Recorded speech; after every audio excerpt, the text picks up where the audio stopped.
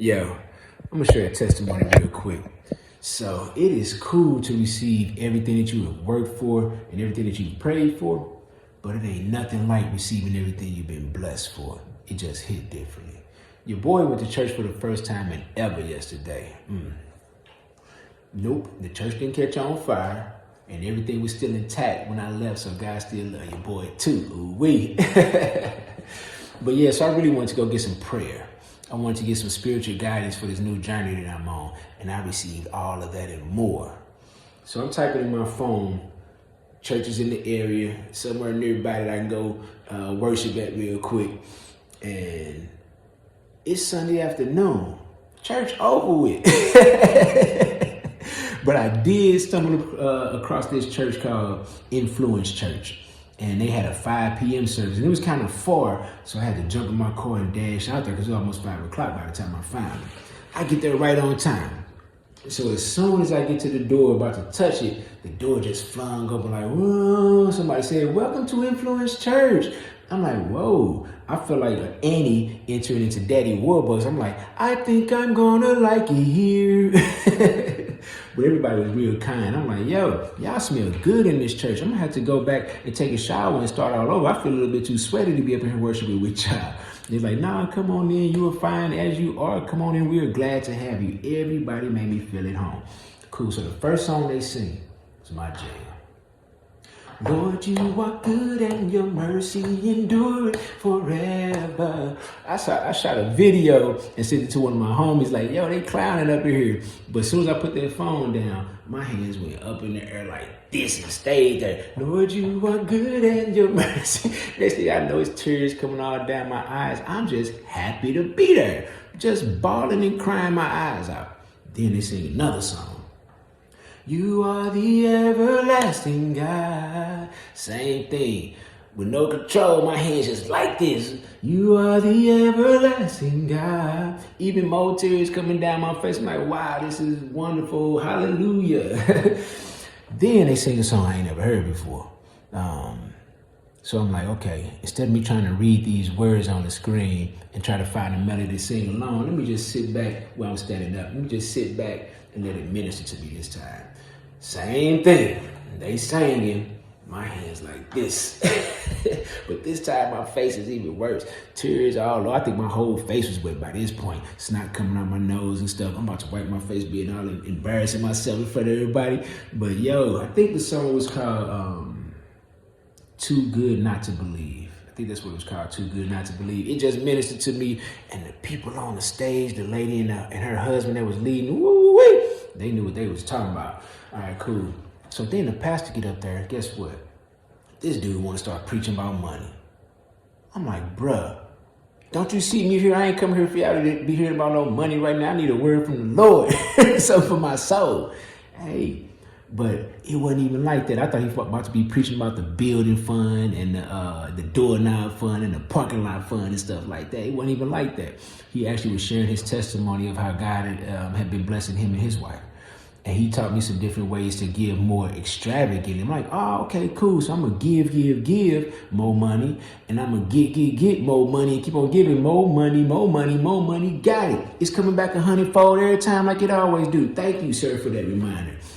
All right, so after worship, they're they're giving out snow cones or whatever. They serving snow cones outside in front of the building. It's a long line, and they invited me to come have a snow cone. I'm like, yeah, you know what? I have a snow cone. I haven't had a snow cone in a long time. So I'm being a big old kid. I give me a cherry red one. Lips are red. My lips are already red, but like now I'm looking like Bozo or somebody with some lipstick on. But everybody was nice. Talked to some of the gentlemen, talked to some of the ladies or whatnot. Everybody was very welcoming. So when I was about to leave, I said, hey, it was so nice to meet you guys. Thank you for the opportunity to worship. Thank you for your hospitality. And if I lived in this area, I believe this would be my church, y'all. That's exactly what I told them. I told them I'm going to walk around your downtown and see what it's like around here while I'm eating the rest of this snow cone all over my face, and got me some napkins, and I dashed on off. Now, again, it's 5, 6, about 7 o'clock in the evening. At this point, everything downtown closed. But on my way in, I remember passing this restaurant, this diner, like a local diner called Gordon's Spotlight Drive-In. I think the name of it. Yes, Gordon's Spotlight Drive-In. It's one of them little local spots, and I don't like going to fast food restaurants. I don't like going to chain restaurants when I'm in different cities. Really, I like to try the hometown spots, and I found the perfect one. It was in Crystal City, I think, Crystal City, Missouri. Yeah, I found the perfect spot. And they had another location called Gordon's Cheesesteak, so I'm definitely going back sometime soon to try that cheesesteak. God, it's gonna be dope. All right, so I get in there. It's a hometown feel.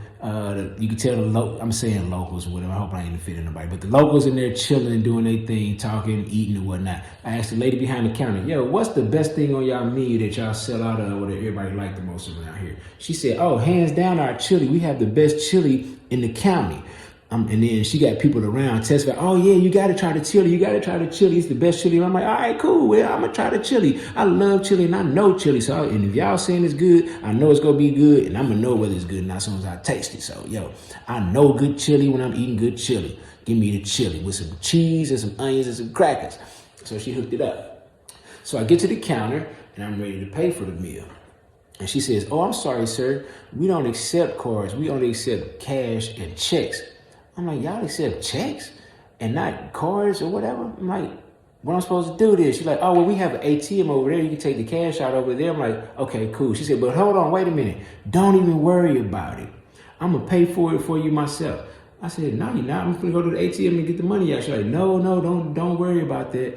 It's on me. She literally took the money out of her pocket and paid for it for you, boy. Ain't that how God do stuff?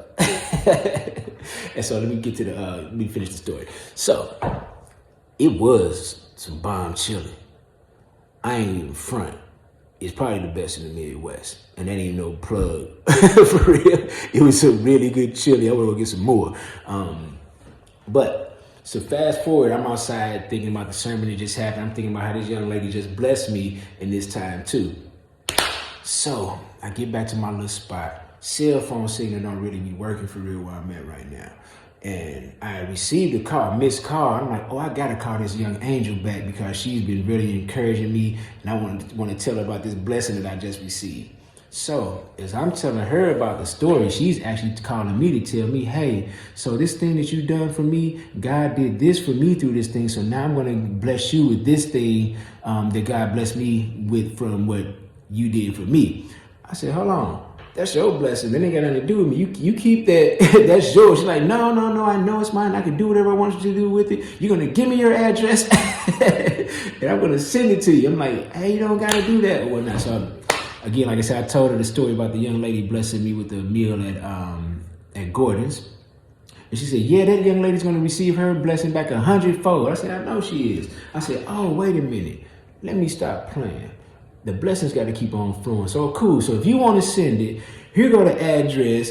And you ain't got to send it. I ain't looking for that. That ain't why I bless you. I did what God told me to do that. But if you're going to bless, go ahead and send it. And guess what? God go bless you back 100-fold too. She sent me a money order. And God blessed me 100-fold too. That's how you do it, y'all. You got to keep on believing. Keep on following his will for your life. And you will be all right. I ain't just playing around with these biggest flex moves. That's how I move for real. By faith in God alone. It ain't by my own strength. It's by his. I'll let your boy away.